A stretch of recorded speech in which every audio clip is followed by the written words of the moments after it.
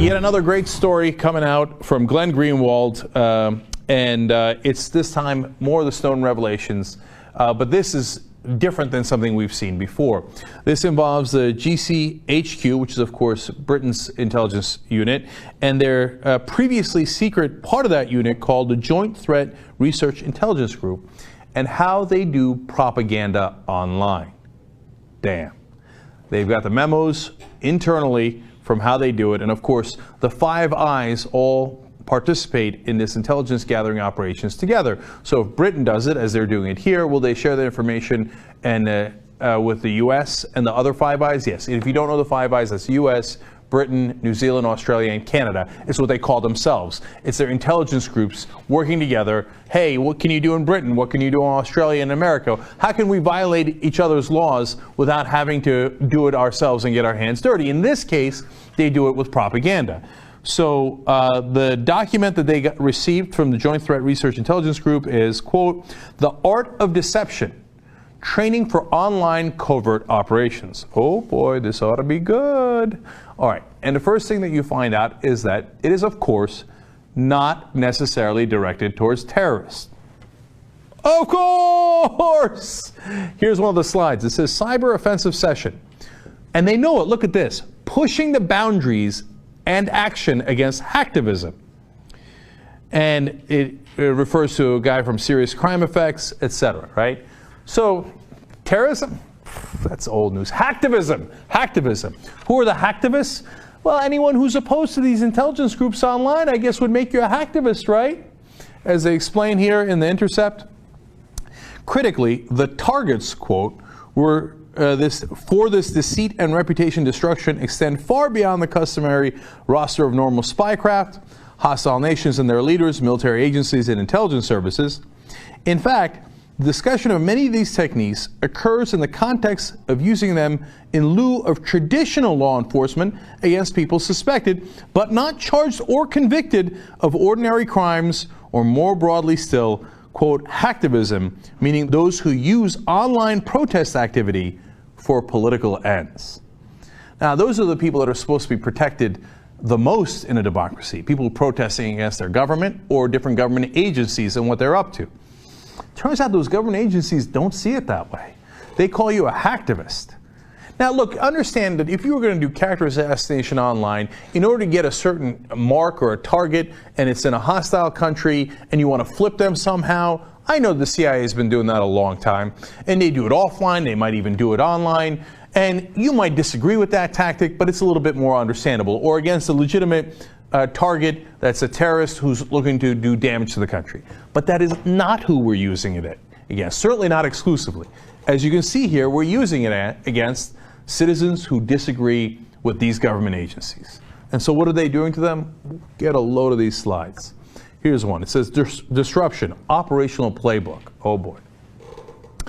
Here are the topics that they're going to cover. Infiltration operation, ruse operation, set piece operation, false flag operation, false rescue operation, disruption operation, and sting operation. And every one of these is explained, and they're not pretty. A false flag operation is where they pretend to be someone else, and there's a whole slew of dirty tricks. Let me just give you some of them from some of the slides. Here's how to discredit a target. Set up a honey trap, and that's really interesting. Let's pause there for a second as I explain that one. I had a former CIA operative that I interviewed, Lindsay Moran, on the show. You can watch it on TYT Interviews. She explained what a honey trap was. That was the first time I'd ever heard it. It's when you seduce a target. In that case, it was legitimate CIA targets abroad that we were looking to flip, right? And you use, in that, if it's a guy who's your target, you use an attractive woman, and you get them to believe that they're going to have sex. Now, do they actually have sex? Sometimes they don't. Sometimes they do, right? And now they're saying, let's use this online against government opponents, right? So let's set up a honey trap for them and see if they bite.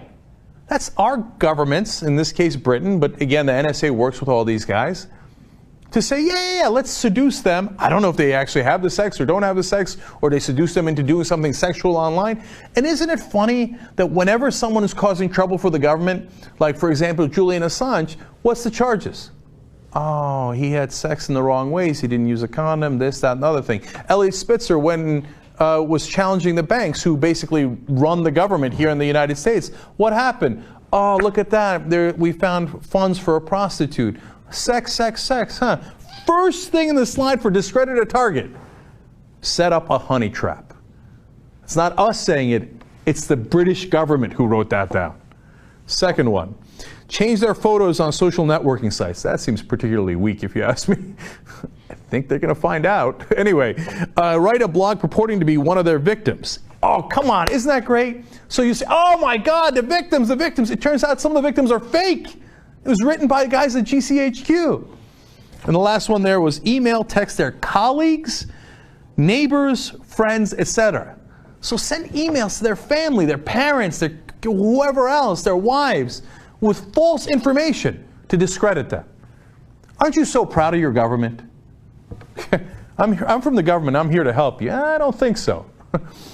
All right, discredit a company. Okay, how do they do that? Leak confidential information to companies, the press, via blogs. Okay, so get their confidential information and then leak it. Wait, I thought you guys were opposed to leaks. Right now, by the way, as we speak, they're crying a river over this leak. When they leak it, they love it. When it's leaked about them, they hate it. Post negative information on appropriate forums, stop deals, and ruin business relationships. By the way, what did they do to the head of Quest? You remember? In America, he was the one guy among the phone companies that didn't play ball and give over his clients' private information to the government in an illegal fashion. For that brave act of patriotism, eventually they said, oh, sorry, we had to pull all of your government contracts. And look at that. It turns out now Quest is in trouble, and you sold some stock at some point. Insider trading. They put him in jail. And people are crazy conspiracy theories. They have a manual for how to do it. They explain in another slide, effects definition. Using online techniques to make something happen in the real or cyber world. Two broad categories. Information ops, influence or disruption, technical disruption, known in GCHQ as online covert action, the 4 Ds. Deny, disrupt, degrade, deceive. Those are the 4 Ds that they keep going back to. Now, again, The Intercept explains. Under the title Online Covert Action, the documents detail a variety of means to engage in influence and info ops, as well as disruption and computer net attack, while dissecting how human beings can be manipulated using leaders, trust, obedience, and compliance. In other words, they have a manual on how to get you to bow your head. And one of the keys to that is to get trusted leaders in the media to say, no, no, this is right. The government is right. Now everybody comply. And in fact, they have a different slide. And there's so many different things in here to learn. It's amazing. Let me show you this. In this slide, you'll see highlighted conspiracy stories. Plant some of those in the online, etc. Use on the right-hand side, you see hindsight bias, confirmation bias, anchoring and priming targets to believe a certain thing and then confirm their bias already, etc. They have all these psychological tactics to get you to believe things that aren't true. But my favorite is at the bottom there: propaganda, branding, marketing, and then even advertising. Okay. They know they're doing propaganda. They have a manual that says do propaganda in the media. And one of the things they do is they get thought leaders in the media to totally agree with the government and to exclude the hacktivists that are protesting online government actions and say, that guy's illegitimate. That guy's terrible. You know what that guy did with sex? Look at that. Look at what he did over here. Oh, and that one, I don't know if that's true or untrue, but who cares? It's online somewhere. It was in a forum. I saw it. It was emailed to his colleagues and to his family and friends. Here's another chart where they show all the different things that you could do to take advantage of people's psychology. They've got anthropology. They've studied all of this. I love the one on the right. Use their belief in religion to trick them into A, targeting someone, and B, getting everyone else to believe that that target deserves the derision, etc., and the propaganda that they received. And on the left, use compliance, obedience, and social networks. I mean, this is propaganda 101 manual. We've literally got it now, and we know that GCHQ was using it.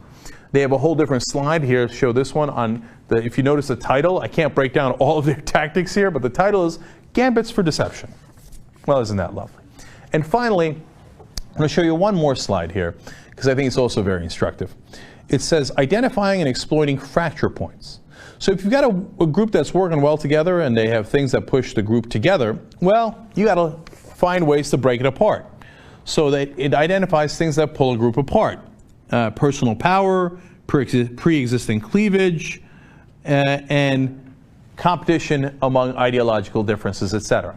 So in other words, get them to be bitter and jealous against one another, set them against one another, so if they dare ever unite against us, and our propaganda online didn't work, and our character assassinations didn't work, well then, go ahead and try to rip them apart by saying, oh, you see the differences that you guys have? Don't fight us, fight yourselves, fight each other. Now we know exactly what the government's up to. So when you see this online, know that that's exactly where it comes from. It's scary stuff, man, that this is what our government is now doing. The British government and all the Five Eyes that cooperate with them. Big Brother is here, and he's got some unbelievable propaganda headed in your direction.